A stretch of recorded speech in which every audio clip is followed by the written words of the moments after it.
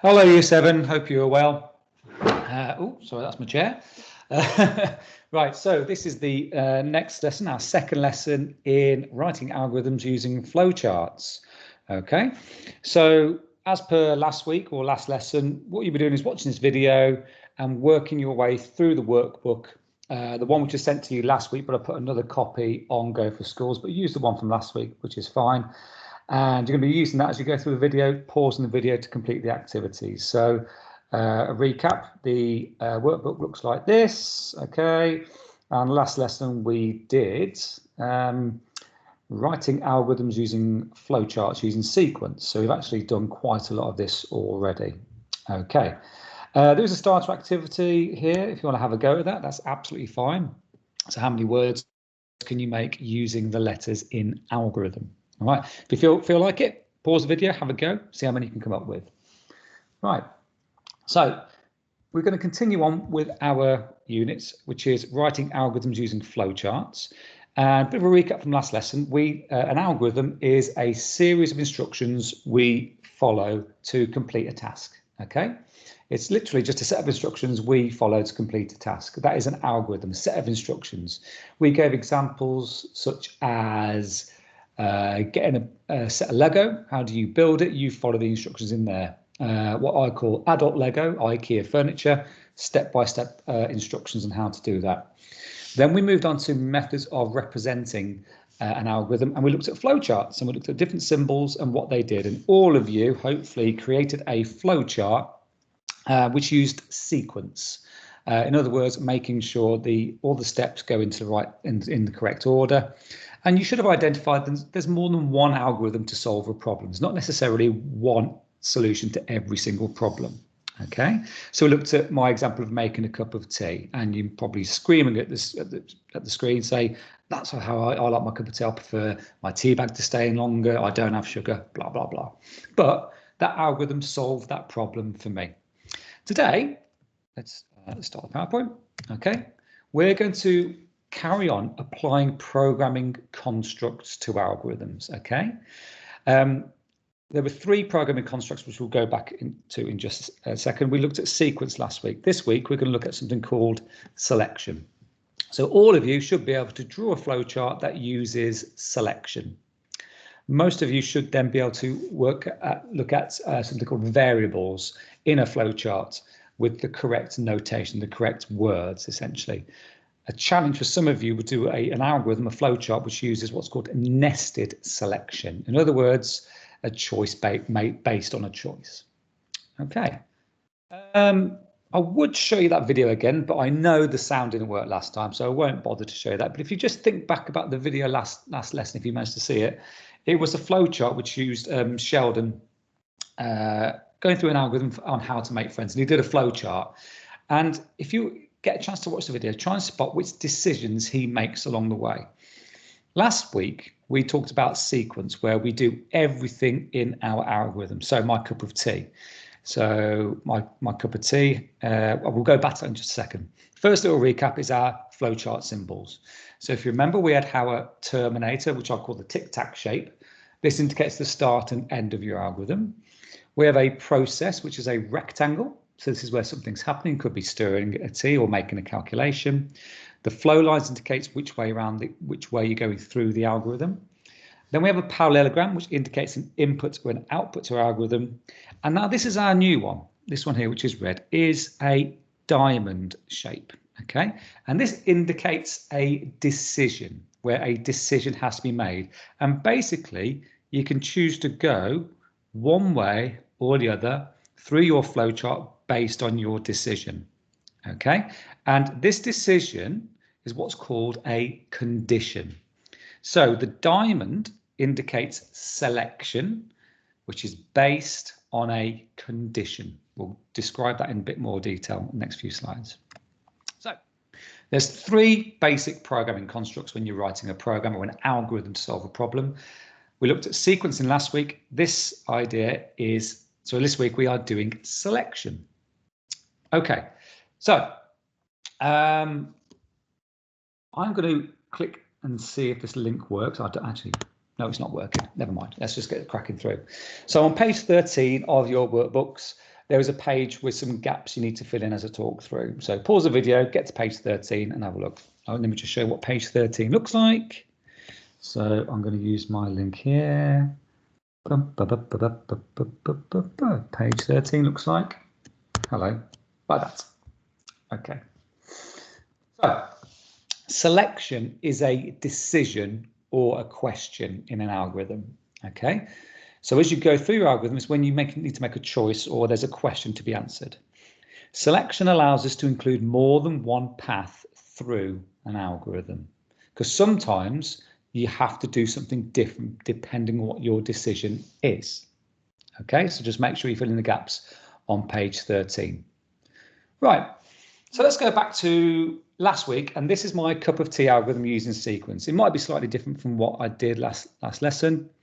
And if you look here, I'll explain, I've used what's called abstraction.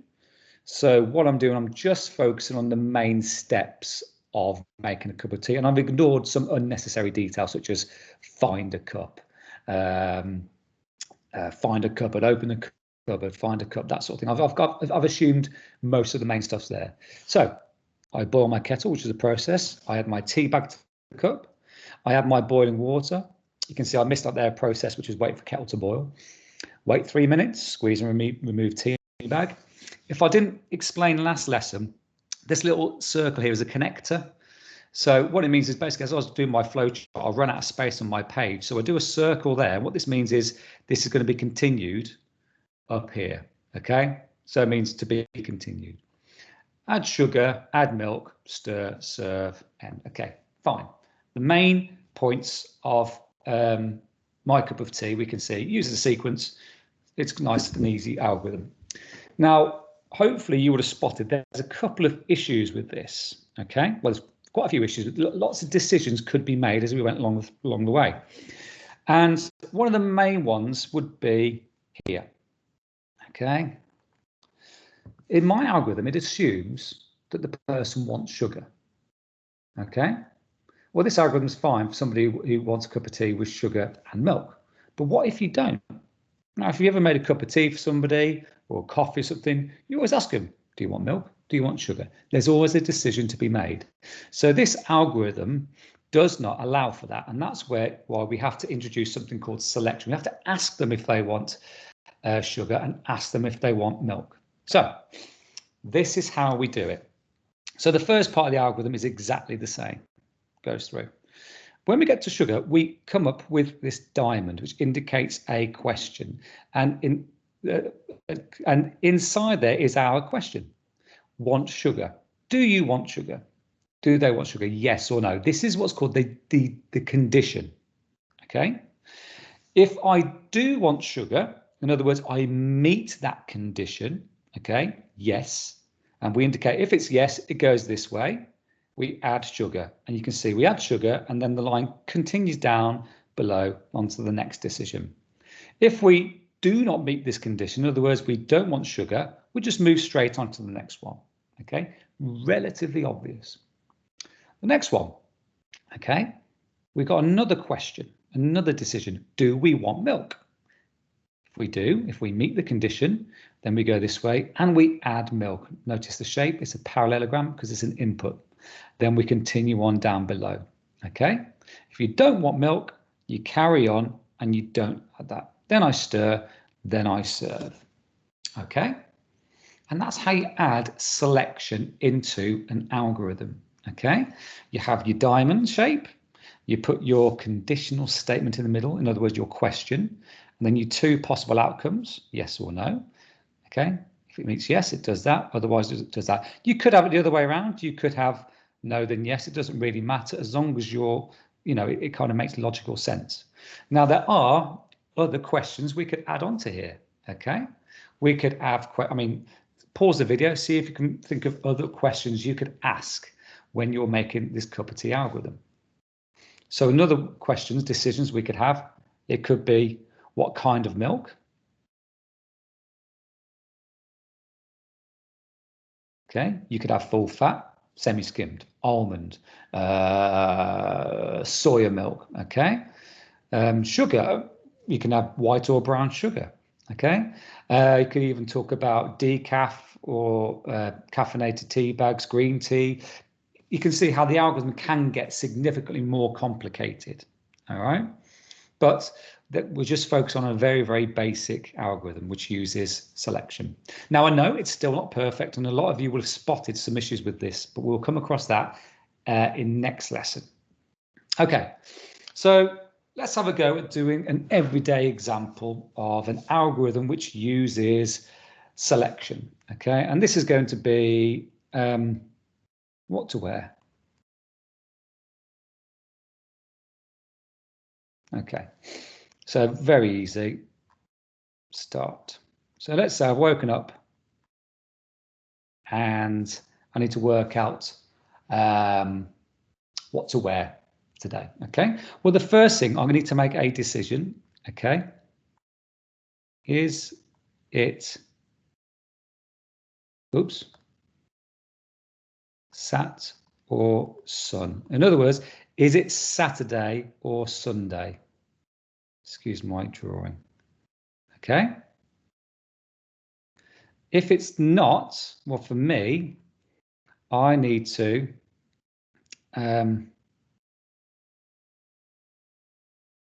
put, that's going to be a process, put on a suit, okay, because I'm going to work. Okay, okay, if it is, okay, then I can wear my casual clothes. Okay, but I can ask some more questions. What I could, is it cold?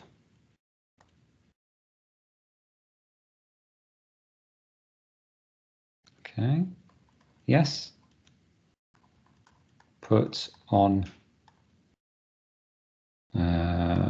jumper. I've done this wrong, really. I should really put other stuff on first, underwear and stuff like that.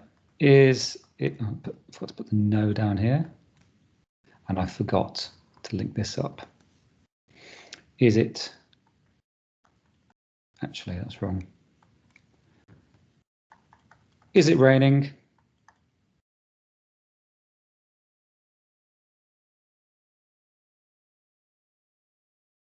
Yes. Put on raincoat. No. Carry on. Okay. And I'm just going to leave it there, actually. Now, that's rubbish. What I'm going to do, I'm going to move this. I'm going to put this, go all the way down to there. All right. So this is no way a perfect algorithm, but this is just part of an example of what would you wear? What decisions do you make when you get up in the day, and what do you wear? So one of the decisions is going to be, is it a Saturday or a Sunday? Okay. If it's not, that means it's a Monday to Friday. I've got to wear my work stuff. So I'll put on my suit, and then I'm going to go straight to the end there. Okay. If it is a Saturday, Sunday, is it cold? Yes, wear a jumper. I need to go back down like that. There we go. If it's not, let's carry on. If it's raining, yes, put on a raincoat. If not, we carry on. Now, obviously, there's loads of things missing from this algorithms. I should have really start off. Okay, I should really put on underwear. Okay, put on socks. You do them regardless, don't you? And then you can have the questions such as, is it a Saturday or a Sunday? Okay, and if it's not, then we could say, is it hot? Okay, or you put a t-shirt on regardless. You know, if it's hot, yes, wear shorts, otherwise wear jeans. Does that make sense? Okay, so there's a lot of decisions which have to be made along the way. Now here you can see, after I've put on myself, I've gone straight to the end because I don't need to include these decisions if I'm wearing my work suit. Okay, there's an example of a very, very basic algorithm for what to wear. Okay, these are the decisions which have to be made. Right then, so your task, ladies and gents, is on page 13. It says draw a flowchart to represent an algorithm that includes selection. So it's got to have your diamond in there for making a sandwich. So think about what questions you might be asking. Okay, so it should be, do you want butter? Yes or no? Okay, do you want ham? Do you want cheese? Are you vegetarian? That sort of thing. You could do one for crossing the road. That's quite dangerous. Not quite, well, it can be quite dangerous. That's quite difficult. Choosing what to wear, you could do an advanced version of what I've just done, or even packing your bag to school. Think about the questions. So, well, is it a school day? If it's not, then you haven't got to pack your bag. If it is, you got to think about, well, have I got PE today? What subjects you got? Blah, blah, blah. Okay, so that's your task, ladies and gents. That's the main thing I want you to do for today's lesson. Well, for half of it is to just write an algorithm or draw a flowchart algorithm which uses selection. Use a rule if you're doing it by hand to make it nice and neat. Okay, so pause the video, then I'm going to move on to the next section. Okay, when we write algorithms, it involves a lot of information and a lot of data, and we have to use these things called variables. All right, so on page 14 of your, yeah, there you go, page 14 looks like this, okay?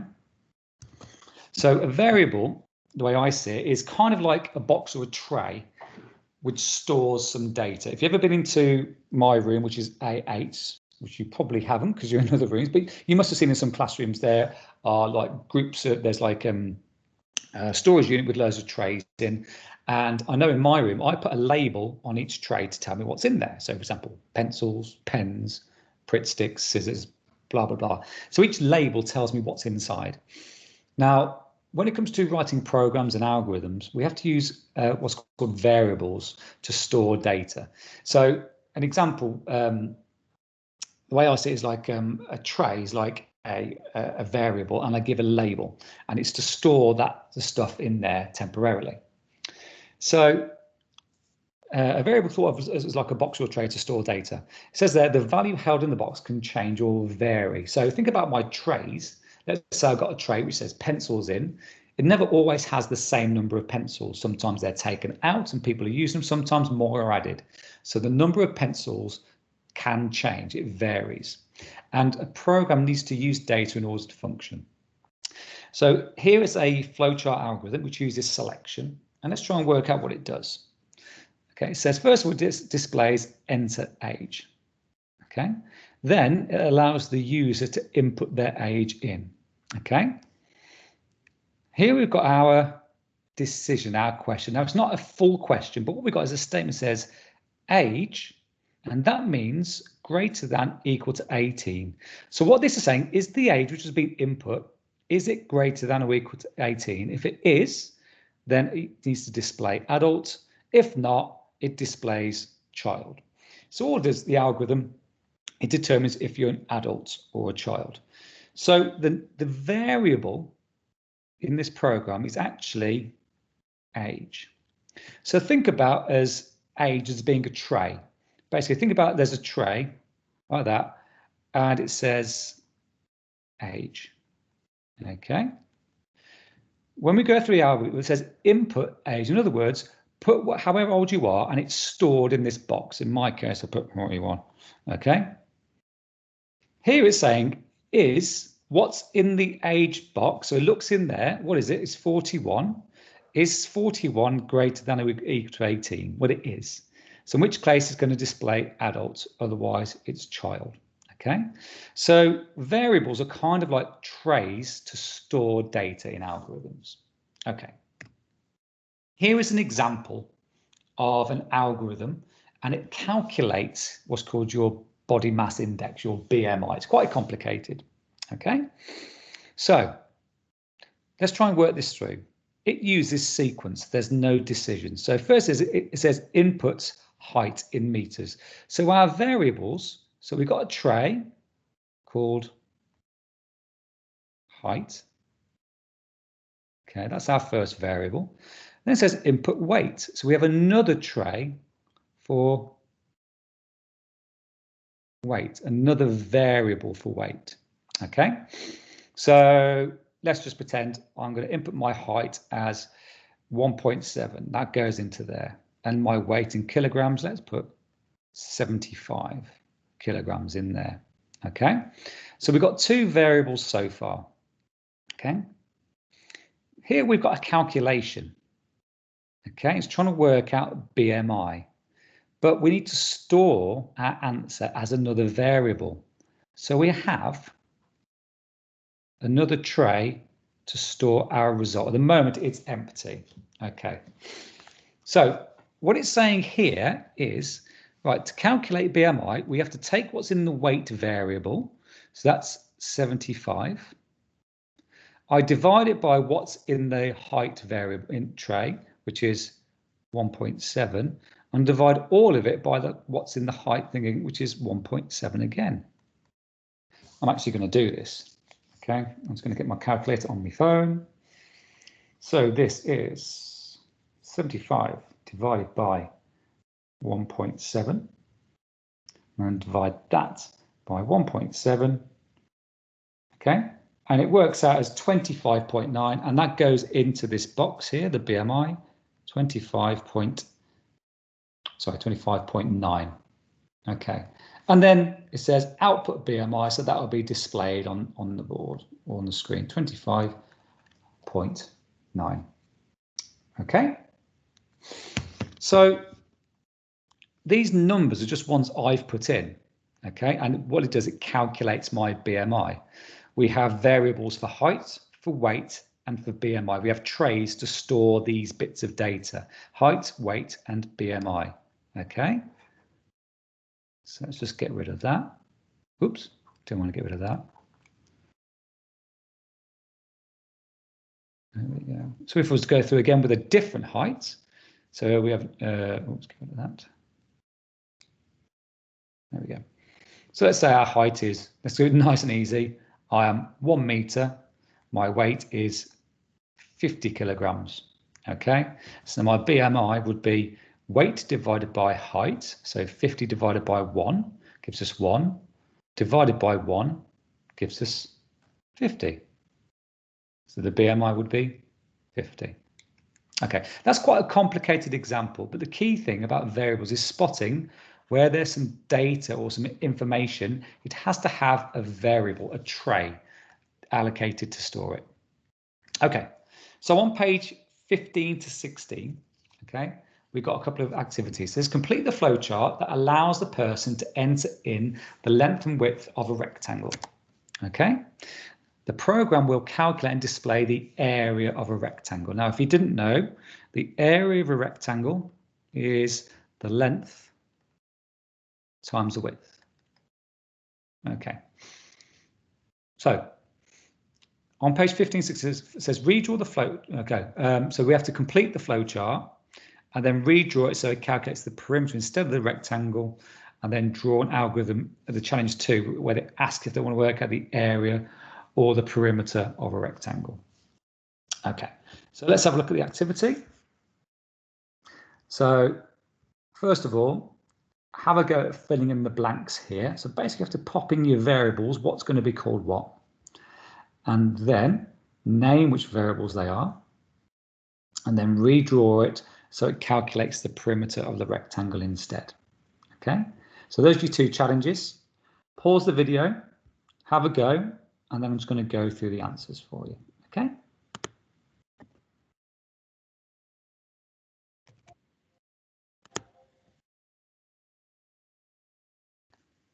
Okay, ladies and gentlemen, I'm going to change the layout of these so I can then go through these solutions. Okay, let's paste this in. Oh, there we go, brilliant. So this was the area of a rectangle. So we have our flowchart algorithm. We just got to fill in the gaps. So first we want is the user to type in the, let's go for length. Okay, then we have to input the width. Then the area is equal to length times width. And the last thing we had to output was area. Now, it doesn't matter if you put your width in before your length. It's fine. Think about the sequence. Okay. The key thing is making sure you don't put that first. You can't calculate the area first if you haven't input length and width first. Okay. So our variables used, or our trays used in this, are called length width, and area. Oh, that should be a capital A as well. Make sure it matches. Okay, think about that's the steps you follow to calculate the area of a rectangle. Right, redraw the flowchart so it calculates the perimeter of a rectangle instead. All right, so there's a couple of ways of doing this. So I will tell you what I'm going to do it on this side. So start. Now, this is going to be the same because work out perimeter. We need to do length and width, input, width. That is a parallelogram, by the way. Right, so there's a number of ways we could do this. All right, now if you didn't know, the perimeter of a rectangle is all of these four sides added up. Okay, so as I said, there's a couple of ways we could do it. So we could have perimeter is equal to, let's have 2 times length plus 2 times width. Okay, that's a rectangle, this is a process. Okay, and then we then output perimeter. That is a parallelogram. End. Okay, because you think about it, we have 2 lengths the same and 2 widths the same. So the perimeter is 2 times length plus 2 times width. Okay, that's correct. Another way you could have done it is perimeter is equal to length plus width plus width. That's fine. Or, it's not working properly. You could have done this. 2 times length plus width. Okay. Making sure, though, ladies and gents, those brackets are in place. Now, I'm not too sure if this has been covered so far in your maths lessons, but if you had a BIDMAS, brackets, BIDMAS or BODMAS, brackets, indices, multiplication, addition, subtraction. Brackets, indices, division, multiplication, addition, subtraction. It's the order of arithmetic operations you have to do them in. So if you didn't have the brackets in, it would just do 2 times length plus 1 width, but this is going to multiply length added to width twice. Okay, right. Last thing, the last challenge, draw an algorithm that asks the user if they want to work out the area or the perimeter of the rectangle. Depending on what the user enters, the algorithm will calculate and display the area or perimeter. Okay, I quite like this one. So start. So we're going to input length and then input width. Okay, that's wrong. Sorry, that should be a parallelogram. How should that? Okay, because if we're doing area or perimeter, you're going to need the length and width anyway. So we can say calculate area, question mark. Okay, yes, if I do, we can do area equal to length times width, which is a process. And then we want to output area, which is that. And then we can carry on below. And we do calculate perimeter, question mark. Yes. And we do perimeter equals, I'll do it this way, 2 times length plus width, close bracket.